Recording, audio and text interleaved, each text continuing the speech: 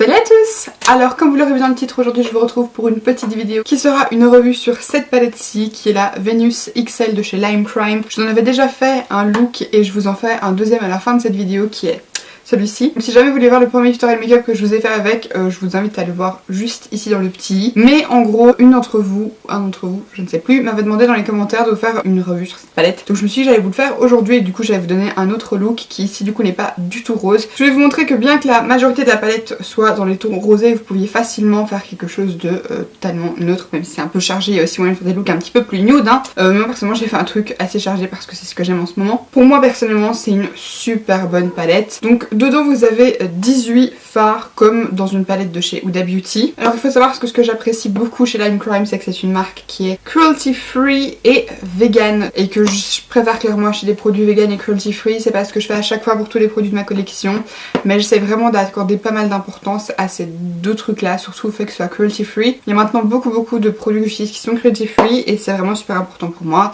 parce que je pars du principe que quand on peut faire des produits de make-up sans les tester sur des animaux, sans blesser de pauvres petites bêtes sans défense qui nous ont rien demandé, pourquoi est-ce qu'on ne le ferait pas en fait? Donc j'arrive juste pas à comprendre les marques qui sont pas encore cruelty free, c'est juste impensable. Donc personnellement ça me viendrait pas l'idée de, pour faire un produit de maquillage, aller blesser une pauvre petite bête. Bref, toujours est-il que par rapport à une palette Huda Beauty, si vous voulez un petit comparaison de taille, les Huda Beauty sont quand même beaucoup plus petites. La taille des fards est du coup aussi beaucoup plus petite dans les Huda Beauty, par contre j'arrive pas à trouver la dose exacte qu'il y a dedans. Donc je saurais pas vous dire s'il y a quand même plus de fards dans une palette Lime Crime comme celle-ci, la Venus XL ou pas. Mais franchement, par rapport à un truc en tout cas, rapport qualité-prix et quantité-prix, celle-ci sur le site en euros est à 45,50€ quelque chose, donc on va dire à 46€, alors qu'une Huda Beauty c'est quand même 65€, c'est presque 20€ de plus et je comprends pas pourquoi en fait. Je sais qu'il y a plein de gens qui ont dit oui avec les frais de port, oui d'accord, mais moi personnellement je l'ai eu avec un code promo de 15% ou 20% je sais plus, donc en plus je l'ai eu encore moins cher et les frais de port en fait sont pas mal chers chez Lime Crime. Il faut savoir qu'en Belgique les frais de port pour Sephora c'est 10€ aussi,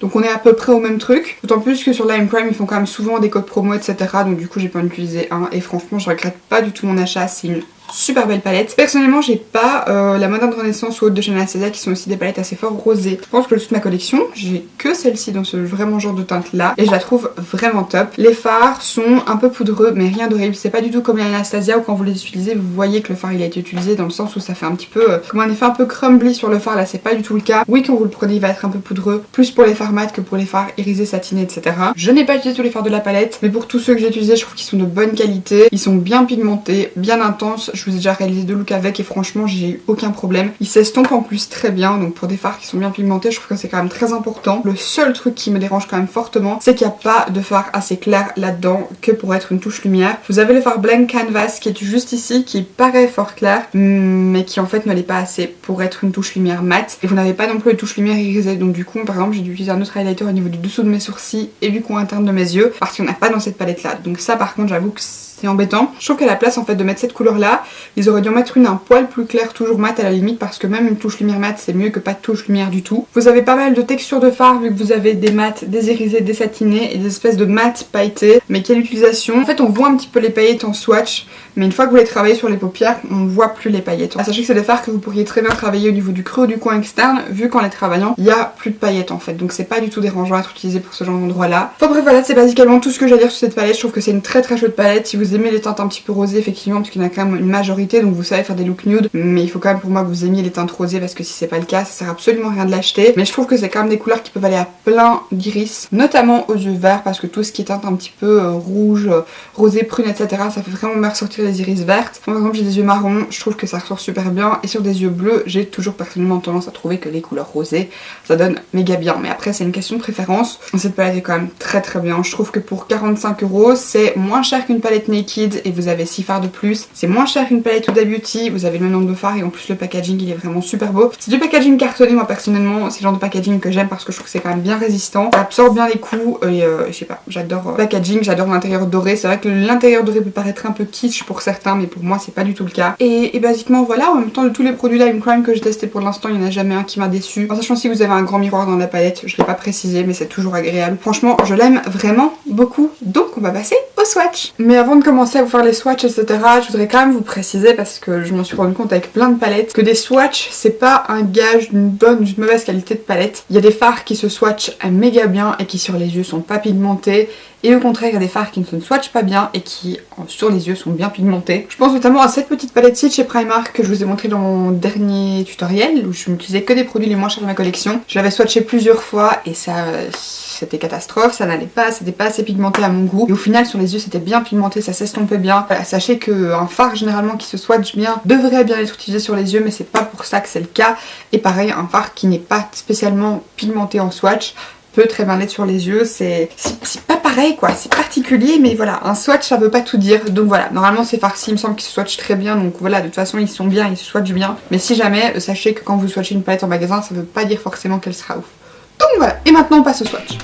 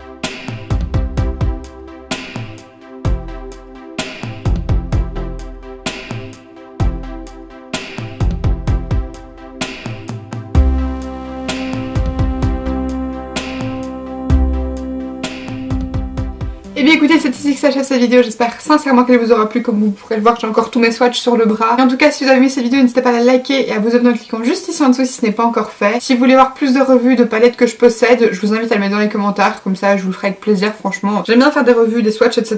Mais en tout cas voilà, j'espère sincèrement que cette vidéo vous aura plu. Et d'ici la prochaine vidéo, je vous fais d'énormes bisous.